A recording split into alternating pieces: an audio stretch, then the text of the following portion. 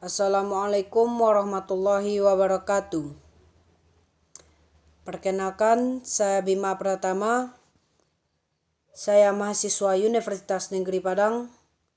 Prodi saya Penjaskesrek, Fakultas Ilmu Keolahragaan. Baiklah, pada video ini saya akan menjelaskan materi tentang pengertian filsafat dan ruang lingkup filsafat. Pertama yaitu pengertian filsafat. Pengertian filsafat dapat ditinjau dari dua segi, yaitu etimologi dan terminologi. A. Etimologi. Istilah filsafat berasal dari bahasa Arab, yaitu falsafah, atau juga dari bahasa Yunani yaitu filosofia, yang artinya kebijaksanaan. Jadi bisa dipahami bahwa filsafat berarti cinta kebijaksanaan, dan seorang filsuf adalah pencari kebijaksanaan, pecinta kebijaksanaan dalam arti hakikat. Yang B. Terminologi. Secara terminologi, filsafat sangat beragam, baik dalam ungkapan maupun titik tekanannya.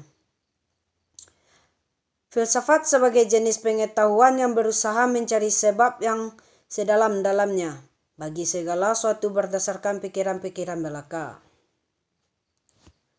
Seorang Plato mengatakan bahwa filsafat adalah pengetahuan yang berminat mencapai pengetahuan kebenaran yang asli.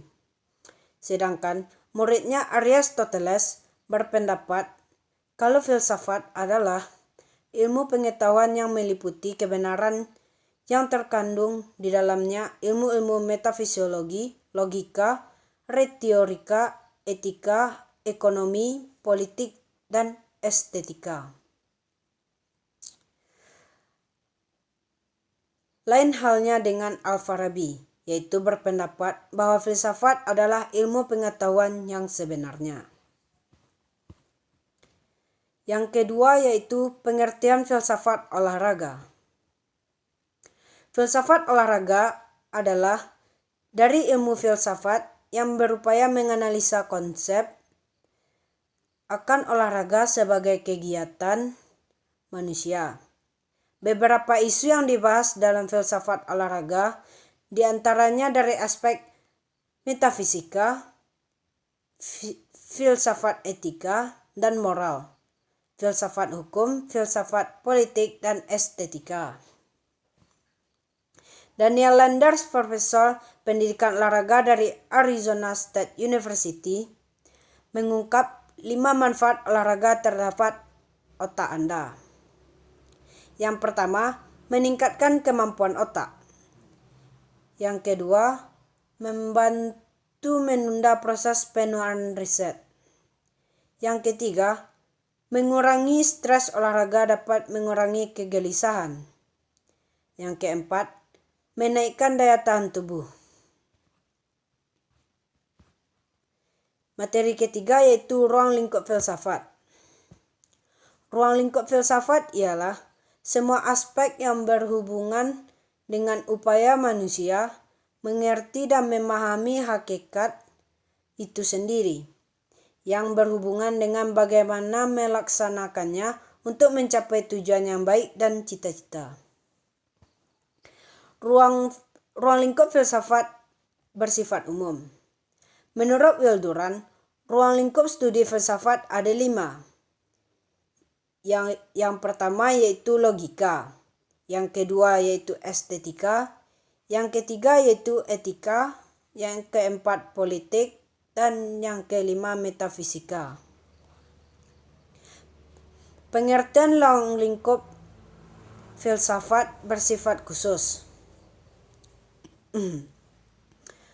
Abbas Hammans berpendapat sehingga dalam filsafat objek materi itu adalah ada yang mengatakan alam semesta, semua keberadaan, masalah hidup, masalah manusia, masalah Tuhan, dan lainnya. Karena untuk menjadikan suatu pendapat tentang tumpuan yang berbeda, akhirnya dikatakan bahwa segala sesuatu adalah yang merupakan objek material. Pengertian ruang lingkup filsafat menurut objek formal filsafat. Objek formal merupakan objek khusus filsafat yang sedalam-dalamnya. Objek formal adalah sudut pandang dari mana sang subjek menelaah objek materialnya. Objek formal ini dapat dipahami melalui dua kegiatan. Yang pertama, aktivitas berpikir murni. Yang kedua, produk kegiatan berpikir murni.